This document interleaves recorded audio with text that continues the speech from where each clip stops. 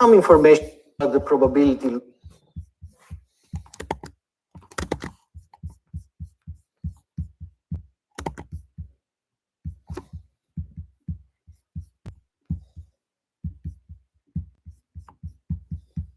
Heads for the first time might occur in the millionth flip. So the outcome of this experiment is going to be an integer, and there's no bound to that integer. You might have to wait very much until that happens. So the natural sample space is the set of all possible integers. Somebody tells you some information about the probability law. The probability that you have to wait for n flips is equal to 2 to the minus n. Where did this come? That's a separate story. Where did it come from?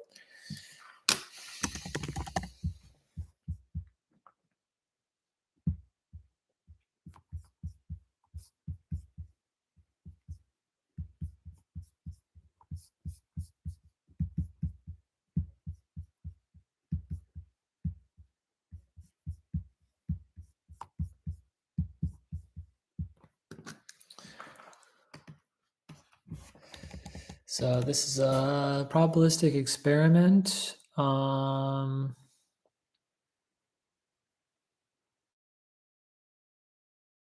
we're gonna the like random generated thing. The event is like we're gonna keep flipping a coin, right? Gonna do a coin flip, coin flip, coin flip. So we keep going until we get a tails. So we could go like heads. So we go like tails, tails, tails, tails, tails, tails, heads. Boom. This is like one outcome of the experiment.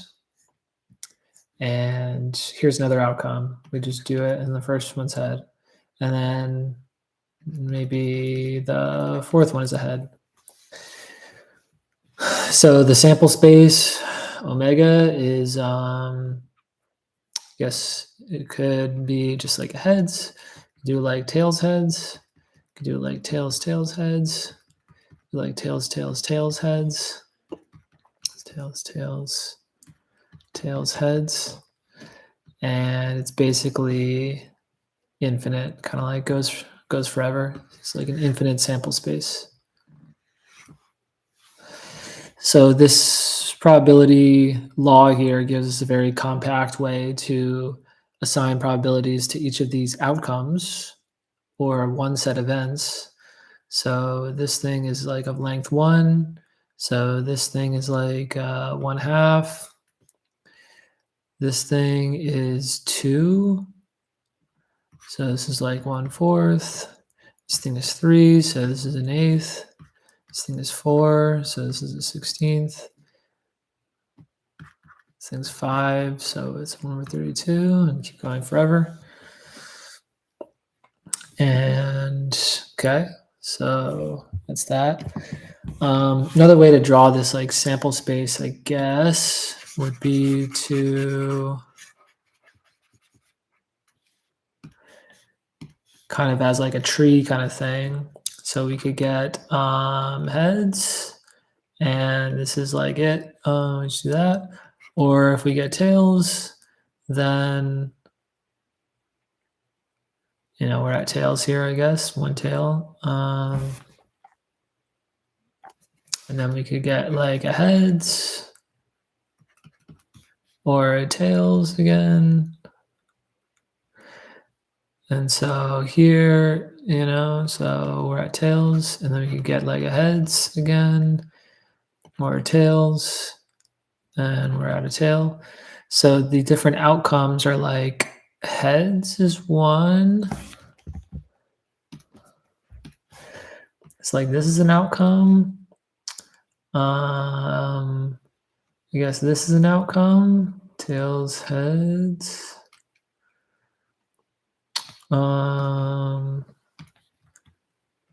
Tails, tails, heads is an outcome. It's got to be like a better way to read this off. Tails, tails, heads. Yeah, I think like a better way is to go like heads, or this is tails, and then this is heads, and this is a tail, and this is heads, and this is a tail. So the outcomes are like, this is an outcome, this is an outcome, tails, heads, tails, tails, heads is an outcome.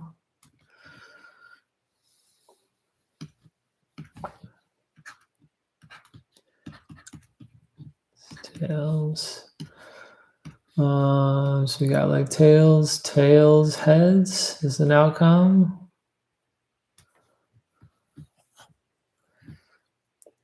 So this isn't the easiest way to see the whole sample space here because they're like overlapping and stuff. But this is kind of like this is another way to draw it as well. No, one weird way I'm thinking of for some reason kind of drawing this is kind of as like a discrete thing. So we could do like a heads, or we could do like tails and a heads, or we could do like tails, like tails, tails, heads. It's kind of like this step thing. Tails, tails, tails, heads like this. And we just kind of keep building out this step thing, like tails, tails, heads like this. This is like the sample space omega, the sample space omega. Yeah. Somebody tells it to us, and they ask, and those probabilities are plotted here as a function of n, and you're asked to find the probability that the outcome is an even number. How do you go about calculating that probability? So the probability of being an even number is the probability of the subset that consists of just the even numbers. So it would be a subset of this kind that includes 2, 4, and so on. So any reasonable person would say, well, the probability of obtaining an outcome that's either 2 or 4 or 6 and so on is equal to the probability of obtaining a 2 plus the probability of obtaining a 4 plus the probability of obtaining a 6 and so on. These probabilities are given to us. So here. Looks good. Let's just go to the next lecture.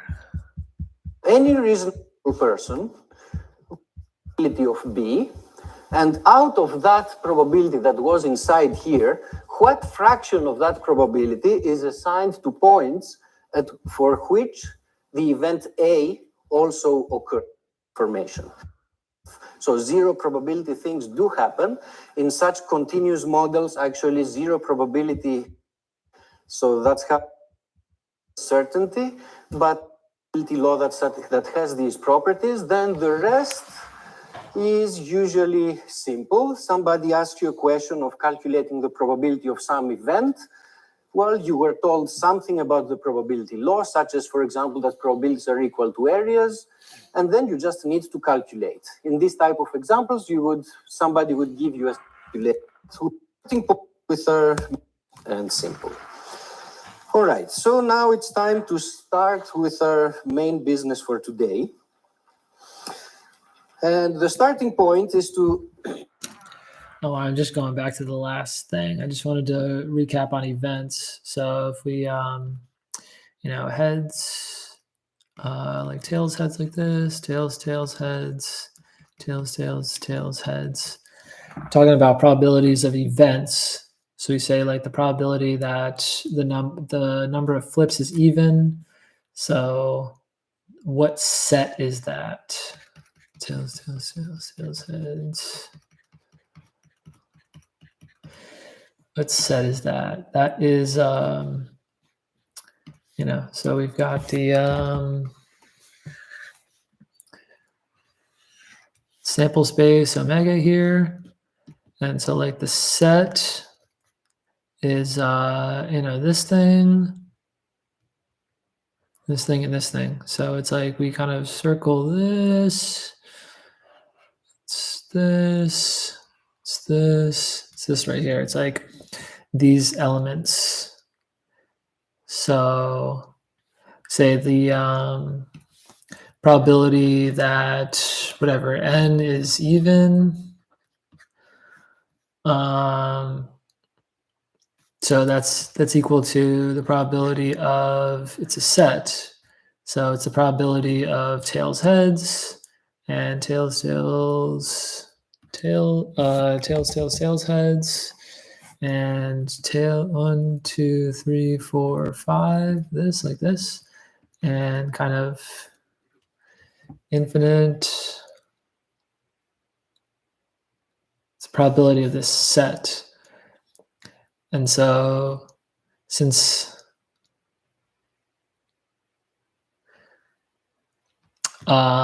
we could also say, I mean, and this set is equal to, tails heads unioned with tails heads unioned with 1, 2, 3, 4, 5 union.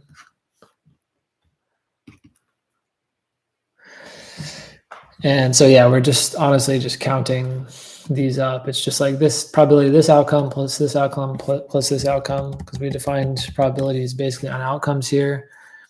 I mean, just going by the set rule, though, the probability, these are all disjoint. So we say the probability of tails heads plus probability of tails head plus the probability of 1, 2, 3, 4, 5 plus dot, dot, dot. Yeah, and this is equal to 1/4 plus, 1/16 plus 6 1/64 plus dot, dot, dot. Okay. It's like another way to draw this out.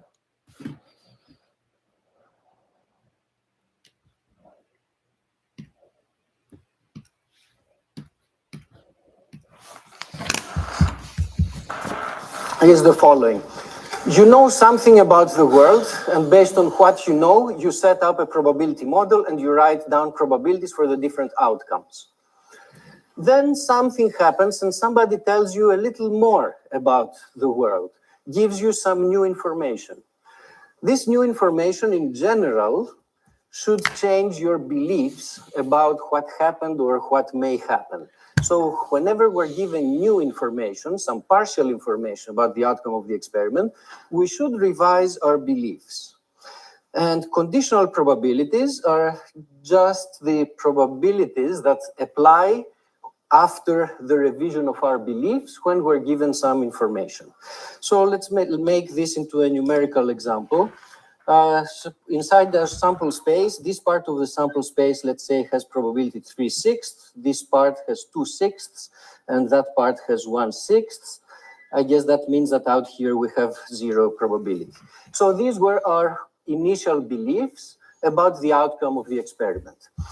We can do this because when we're talking about probabilities, we're always talking about probabilities of events, and events are sets. So each of these is a set.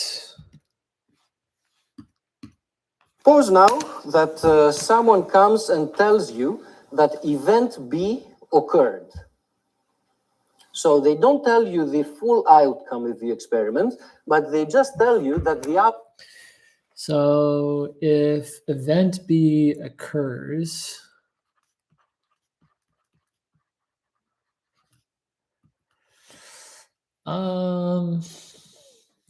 and let's say that B is equal to, ABC like this, then event B occurred implies that one of these outcomes occurred. We don't know which outcome it was, but we know it's like A, B, or C. So if sigma is like A, B, C, D, E like this, then we basically just know that like these didn't occur.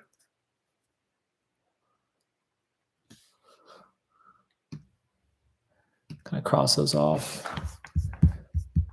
Outcome is known to lie inside this set B. Well, then you should certainly change your beliefs in some way.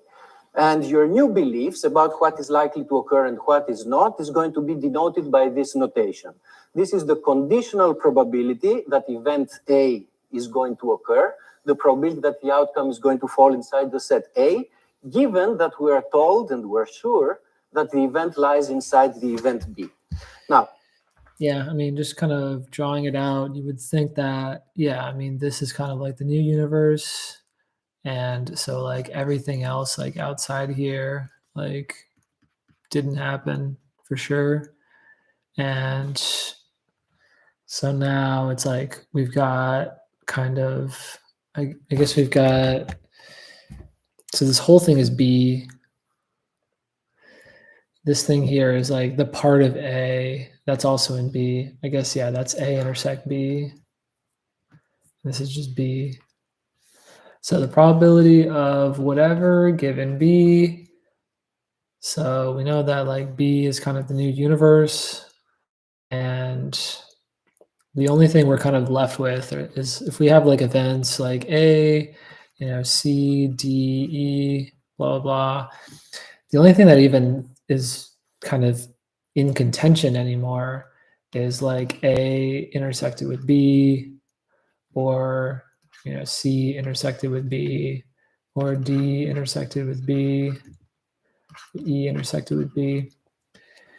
It's like all the area outside of these intersections they're just gone.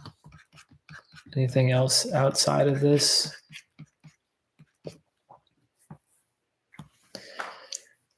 Doesn't make sense to talk about A anymore. Just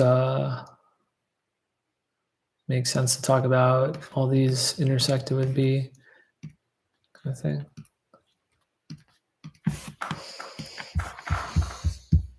Once we're told that the outcome lies inside the event B, then our old sample space in some ways is irrelevant. We have a new sample space, which is just the set B. We're certain that the outcome is going to be inside B. For example, what is this conditional probability?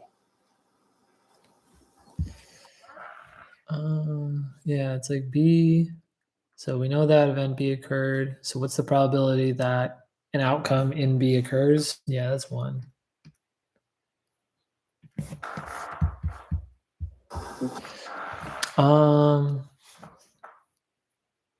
Given B. So it's like B is equal to ABC, for instance. So you say, it's kind of weird because you say like probability of B given B. There's no kind of like notation or like notion for just saying like given B. It's like the only place this kind of given B thing comes in is when we're like asking to compute a probability. We can't just say, there's no notion of just being like,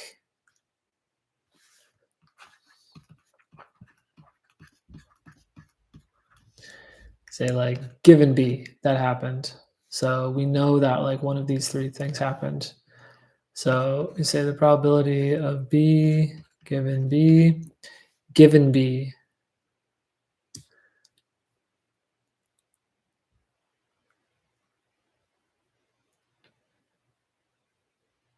This is kind of equivalent to saying like the probability of the sample space, which is just the sum of the probabilities of all the outcomes in the sample space for discrete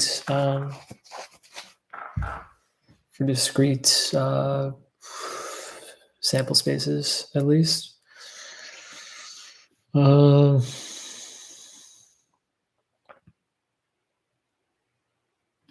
This is our new universe.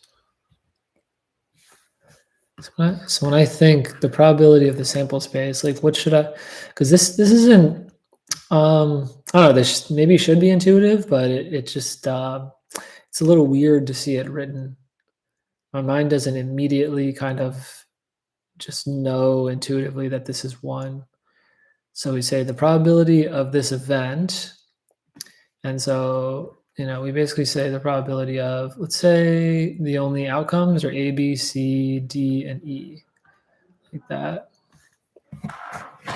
And so like the whole sample space is A, B, C, D, and E. That's it. These are the only outcomes. So what's the probability of this?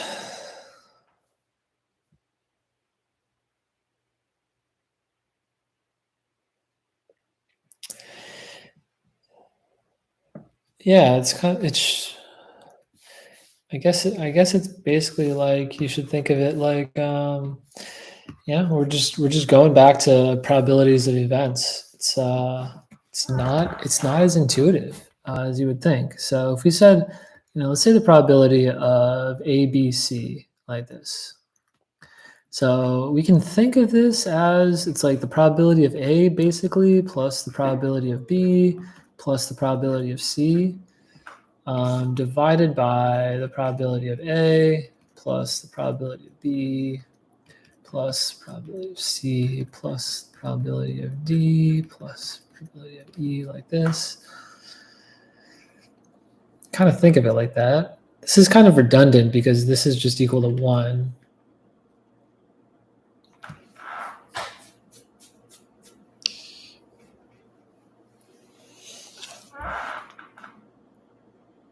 So we just add up the probabilities of the elements in the set pretty much. If it's a discrete sample space.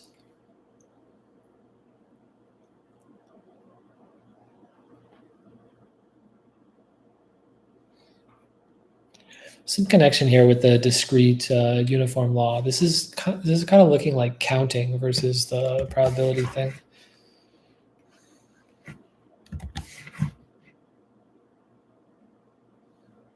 I'm looking more like counting.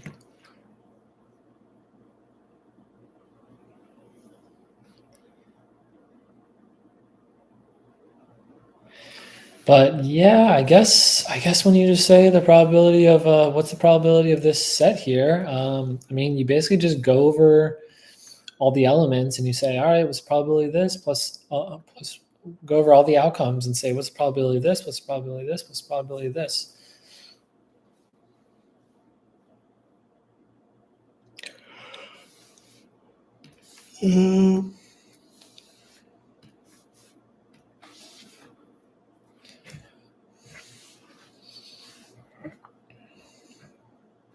So it's kind of the same thing here. You would just like go over every single element and be like, all right, what's the probability of this? What's the probability of this? What's the probability of this? What's the probability of this? What's the probability of this? What's the probability of this? What's the probability of this? And I guess if you're thinking of it in terms of area, it's like if you had A, B, C, D, E like this, and we kind of split up the sample space, then, that is an area of 1, but that's a little bit less intuitive.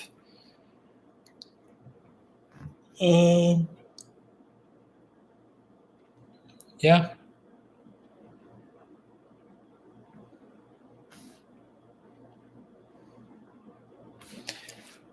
I guess if the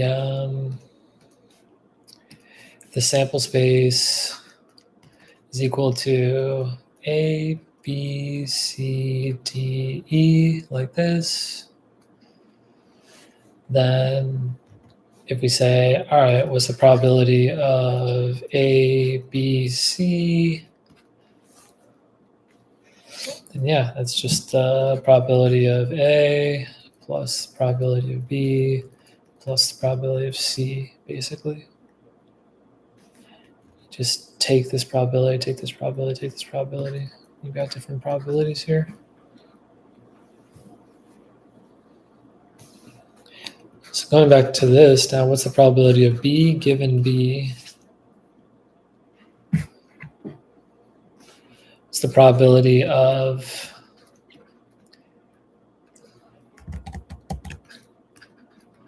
A, B, C given A, B, C?